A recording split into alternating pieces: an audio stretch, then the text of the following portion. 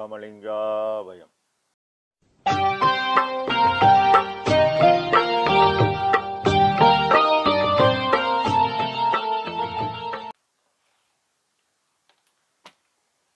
அருட்பெரும் ஜோதி அருட்பெரும் ஜோதி தனிப்பெரும் கருணை அருட்பெரும் ஜோதி எல்லா உயிர்களும் இன்புற்று வாழ்க. வள்ளல் மலரடி வாழ்க வாழ்க. திருச்சிற்றம்பலம். அருட்பெருஞ்சுதி ஆண்டவரின் பரிபூரண அருளை பெற்ற சர்க்குரு சிதம்பர ராமலிங்க சுவாமிகளின் திருவருளை மனமொழிமையால் போற்றி பணிகின்றேன் தயவுடன். நாம் செய்த செயலின் விளைவாக இன்ப துன்ப அனுபவங்கள் யாவும் வந்து கொண்டே உள்ளது. அப்படி வருகின்ற துன்பம் யாவும் பொறுத்து எல்லா உயிரும் இன்பமாக வாழ எண்ணி நாம் செயல்பட்டாலே நமக்கு ஆன்ம லாபம் கூடும். நம் பெருமான் இறை இன்ப குலைவு என்ற தலைப்பில் 6வது பாடலில் ஏதும் தெரியாத அகங்கரித்து இங்கு இருந்த சிறியேன் தன்னை வழிந்தே எல்லா உலகம் அதிசயிக்க எல்லாம் வல்ல சித்தனவே ஓதும் பொருளை கொடுத்து என்றும் உளவாய் இன்ப பெருநிலையில் ஓங்கி உற வைத்தனையே என்னுடைய ஒருமை பெருமானே. ஈது உன் கருணைக்கு இயல்போ நீ என்பால் வைத்த பெருங்கருணை இந்நாள் புதிதே அந்நாளில் இல்லையே. இதனை எண்ணி நான் உள்ள தடமும் பிரபா தத்துவமும் தாமே குலைந்து தலைத்து அமுத சாரமயமாகின்றேனே என இப்பாடலை பதிவு செய்கின்றார். அந்நாளில் இல்லையே காரணம், காலமும் நியதியும் காட்டி எவ்வுயிரையும் தலைக்கும்படி செய்பவர் இறைவன். உலகம் தோன்றிய போது கடவுள் அனாதி, காற்று அனாதி, அருட்சக்தி அனாதி, ஆன்மன் அனாதி என உரைநடை பகுதி 353 8வது தலைப்பு சிருஷ்டி நியாயம் இதில் பெருமான் தெளிவாக குறிப்பிடுகிறார்.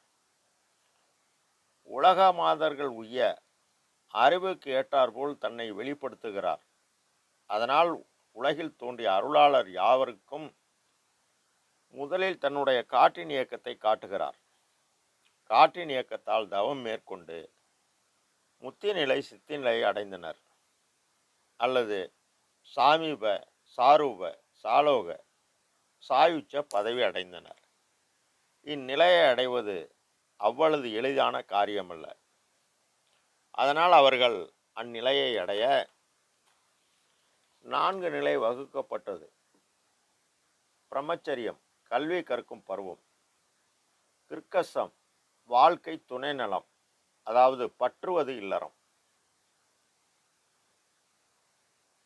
அடுத்த வானப்பிரசாதம் பற்றியதை மெல்ல மெல்ல துறப்பது துறவரம், முற்றும் துறக்க சந்நியாசம் மேற்கொண்டனர். இதில் பயணிக்க சரியை 4 மனதால் நினைப்பது இறை ஆலயங்களில், கிரியை செயல்படுவது உடலால் உழைப்பது ஆலயங்களில், யோகம் எண்ணத்தால் கூடுவது, ஞானம் எண்ணம் நிறைவாகி அறிவு பெறுவது என சரியை கிரியை யோகம் ஞான 16 நிலைகளை வகுத்தனர் சான்றோர். இதில் அவர்கள் முடிவு கண்டது யோக ஞானம். காற்றின் இயக்கத்தை தவத்தால் வென்று ஆன்ம ஒளியுடன் இணைத்தனர்.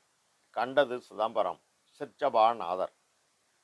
காமம் வென்று சி ஒளி இயக்கம், வா காற்று இயக்கம். காமம் வென்று வள்ளியாகிய மனதை வென்றதால் சிவகாம வள்ளி எனவும், இது அடைந்த இடம்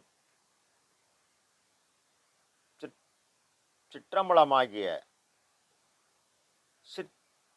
சிற்றபாநாதன் என்றனர். அந்நாளில் இல்லையே என்கின்றார். அன்று தவம் ஔவையார் மூலாதாரத்து மூண்டலு கலனை காலால் எழுப்பி என்கின்றார். கால் என்பது காற்று, இதனை மகரிஷி ஏற்றி இறக்கி இருகாலும் பூரிக்கும் காற்றை பிடிக்கும் கணக்கு அறிவார் இல்லை. காற்றை பிடிக்கும் கணக்கு அறிவாருக்கு கூற்றை உதைக்கும் குறியாமே என்கின்றார். இந்நாளில் புதிதே. காரணம், யோக ஞான அனுபவம் சமய தலைவர்கள் மத தலைவர்களிடையே மாறுபட்டது. அதனால் நிலைபெற்ற உலகில் பன்னெறி சமயங்கள் மதங்கள் நின்றிடும் ஊர் உலக நெறி பரவியது. அதனால் செம்மையான நெறியை அறிந்தனர். இறந்து இறந்து உலகோர் வீண் போயினர். இருள் அடைந்தனர். ஆதலின் இனி நீ உன்னெறி தவிர்த்தொரு புது நெறி எனும் வான் புத்தமுது அருள்கின்ற சுத்த சன்மார்க்க தன்னெறி செலுத்துக என்ற என் அரசே தனி நடராஜ என் சர்க்குரு மணியை என்கிறார். அதனால் இறைவன் பெருமானை வருவிக்க உற்று இதுவரை தவம் என்பது காற்றின் இயக்கத்தை காட்டினார். இப்போது தவம் என்பது காற்றின் இயக்கத்துடன் செயல்பட்டு, அதாவது ஜீவகாருண்யம் செய்து ஒளி இயக்கத்துடன் இணைத்து, அதாவது ஆன்மா அணு அறிவுடன் இணைத்து மரணமில்லா பெருவாழ்வை வழங்கும் வழியை கூறி, அந்த வழி சுத்த சன்மார்க்கத்தின் முதல் சாதனமாகிய ஜீவகாருண்ய ஒழுக்கம் முதற்பிரிவு. ஜீவகாருண்ய ஒழுக்கமே கடவுள் வழிபாடு என தெளிவாக கூறி, ஜீவகாருண்ய ஒழுக்கத்தால் இம்மை இன்ப வாழ்வு மறுமை இன்ப வாழ்வு பேரின்ப வாழ்வு வழங்கும் என அதனை நம் பெருமான் பிற உயிரின் முதல் துன்பமாகிய பசியை நாம் நீக்க நீக்க நமக்கு ஆற்றல் கொடுக்கிறது. இது எண்ணம் செயல் யாவும் காற்றின் இயக்கம். ஒளி இயக்கமாகிய நாம் செய்த பரவகாரத்தால் ஆற்றல் கூடி ஆன்ம அணுவுடன் கூடி ஆன்ம பிரகாசம் அடையும். அப்பொழுது அறிவு பேரறிவாகும். இதனால் மரணமில்லா பெருவாழ்வு அடையலாம் என அன்னவிரயம் செய்து பெற்றேன் என்றும் இரவாமை பேதம் தவிர்த்தே இறைவனெனை உற்றே கலந்தான் என உறுதிபட கூறுகிறார். அதனால்தான் இது உன் கருணைக்கு இயல்வோ, நீ என் பால் வைத்த பெருங்கருணை இந்நாள் புதிதே அந்நாள் இல்லையே என்கின்றார். ஏதும் தெரியாத அகங்கரித்து இருந்த சிறியன் தனை வலிந்தே. இறைவன் இவரின் கருவில் கலந்து துணையாக உள்ளார். மேலும் வாலிபபுரமும் தோன்றுவதற்கு முன்னரே இவருக்கு கல்வி பயிற்றும் ஆசிரியையின்றி அருட்கல்வியை பற்றி வைக்கிறார். இவரை வருவிக்க உற்று இவர் பிற முயற்சி செய்யுந்தோறும் அவற்றையெல்லாம் தடையாக்கி உலகறிய தடை தீர்த்த குருவே என்கின்றார். ஓதாது உணர்கிறார். பிரம்ம ரகசியம் பரம ரகசியம் சிவரகசியம் எல்லாம் தெரிவித்து எது நவநிலை என காட்டுகிறார். இறைவன் ஆட்கொள்கின்றார். அதனால்தான் அருஜோ தெய்வம் என ஆண்டு கொண்ட தெய்வம் என்கின்றார். எல்லா உயிரும் அதிசயிக்க இல்லாமல்ல சித்தனவே ஓதும் பொருளை கொடுத்து என்றும் உளவா இன்ப பெருநெறியில் ஓங்கி ஊற வைத்தனையே. ஓதும் பொருள் மந்திரம், சுத்த சன்மார்க்க மகாமந்திரம், அருட்பெரும் ஜோதி அருட்பெரும் ஜோதி தனிப்பெரும் கருணை அருட்பெரு. இந்த மகாமந்திரம் வாக்கியத்தை எனக்கு வெளியிட்ட அவ்வண்ணம் எனது மெய்யறிவின் கண் அனுபவித்து எழுந்த என்றால் வாயால் கூறிக்கொண்டு உள்ளதா அல்ல. நீ ஜீவகாருண்ய ஒழுக்கம் நின்று ஜீவதயவு நீ புரிய புரிய உனக்கு ஆற்றல் கூடி இந்த ஆற்றலும் இறைவனின் உபகார சக்தியாக அருட்சக்தி, அதாவது சிறிய தயவால் பெரிய தயவாகிய இறைவனின் தயவு பேராற்றல் கூடணும். செயல்பட்டால்தான் அனுபவம் வரணும். செயல்பட்டால்தான் அனுபவம் வரும். அதை நாம் உணர முடியும்.